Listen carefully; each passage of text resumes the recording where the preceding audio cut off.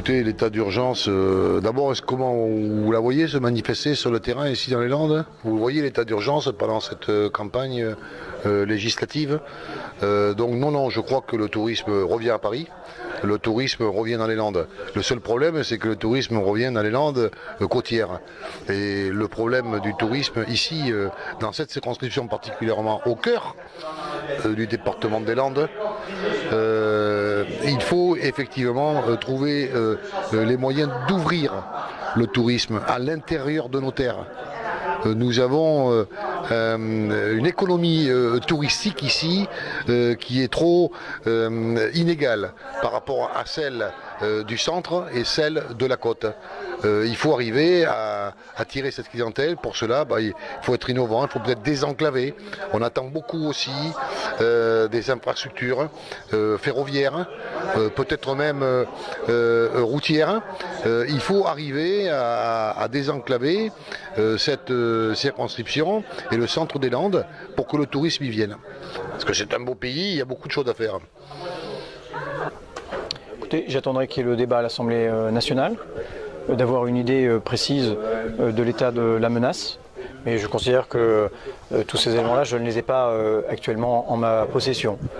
Je sais ce qui a justifié l'état d'urgence, et l'état d'urgence, au moment où il a été décidé, au lendemain de ces attentats dramatiques, il était justifié. La question de l'état d'urgence, ce n'est pas une question à laquelle je vais vous répondre par oui ou par non. Je vous dis, j'ai besoin de connaître l'état de la menace. J'ai besoin de savoir les conditions dans lesquelles cet état d'urgence serait mis en œuvre. Sous quel contrôle parlementaire, sous quel contrôle du juge. Ces questions-là, elles sont posées et je n'ai pas les réponses, et j'imagine qu'il y aura un débat parlementaire le moment venu. Je ne serai pas toute seule, mais je pense que c'est... certainement, vu ce qui se passe en Angleterre,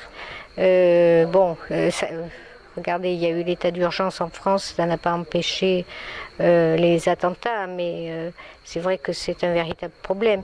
Je pense que sur notre territoire, nous avons des gens qui sont fichés S, et c'est inadmissible que les municipalités ne soient pas au courant de la dangerosité de ces gens qui sont peut-être autour de nous.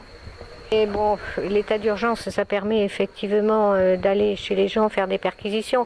Mais personnellement, ça ne me gêne pas qu'on vienne chez moi, j'ai rien à craindre. Par contre, si on va voir quelqu'un qu'on soupçonne de passer à l'acte, il vaut mieux pouvoir le faire. On a quand même en France, le gouvernement précédent, évité plusieurs attentats, et c'est toujours ça de prix. Qui pèse sur les libertés de manifester. Nous, avec Mélenchon, non, parce que l'état d'urgence n'a pas permis d'arrêter tous les terroristes qu'ils auraient voulu arrêter, mais ça crée un état d'esprit et ça crée une république qui ne l'est plus. C'est des lois d'exception, et donc contre les lois d'exception. L'état d'urgence n'a pas vocation à rester de façon pérenne en France. Il va falloir des députés courageux qui prennent des décisions, enfin, pour expulser vraiment de nos territoires les gens qui sont dangereux pour les Français, pour l'ensemble des Français et des gens qui vivent sur nos territoires. Il va falloir des députés courageux qui, enfin, proposent des propositions de loi et qui forcent le gouvernement à agir. Quand on voit que les gens ne sont pas reconduits aux frontières, quand on voit que les gens continuent à faire des prêches salafistes ou autres sur notre territoire, quand on voit que certains vont combattre à l'étranger nos forces armées et qu'on accepte qu'ils reviennent ici, moi ça me pose un problème, réellement. Je me dis que, en plus de l'audace, parce que nous avons de l'audace, parce que le binôme que nous représentons, nous sommes audacieux, nous sommes aussi des gens courageux. Et le courage, c'est de ne pas avoir peur et d'aller affronter ses peurs. Quand on n'affronte pas ses peurs, ça ne s'appelle pas du courage, ça s'appelle de la fuite. Donc il faut aller les affronter. Et puis aujourd'hui, il faut vraiment faire quelque chose, parce qu'on a eu suffisamment d'attentats en France et suffisamment de morts aujourd'hui, que ce soit le Bataclan, Charlie et j'en passe, sans compter les attentats qu'il y a eu à Londres ou en Égypte. Clairement, je ne suis pas persuadé que l'état d'urgence, ça soit la solution. Ça n'a rien empêché.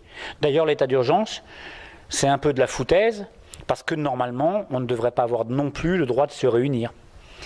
Or, on voit des manifestations un peu partout, des manifestations contre ceci, contre cela. Ça fait autant de cibles potentielles pour ces terroristes, parce que, appelons les choses par leur nom, ce ne sont pas des malades ou des voyous ou des délinquants, ce sont des terroristes, ce sont des gens qui sont là pour terroriser la population. Et ça fait autant de cibles potentielles lorsque j'en fais ces réunions publiques et que la préfecture, que les préfets, que les maires, que les ministres acceptent ça. Donc il va vraiment falloir qu'on ait enfin des députés courageux qui se battent. Et même si je suis le seul, je peux vous assurer que même tout seul, même si ma voix ne compte pas, on l'entendra.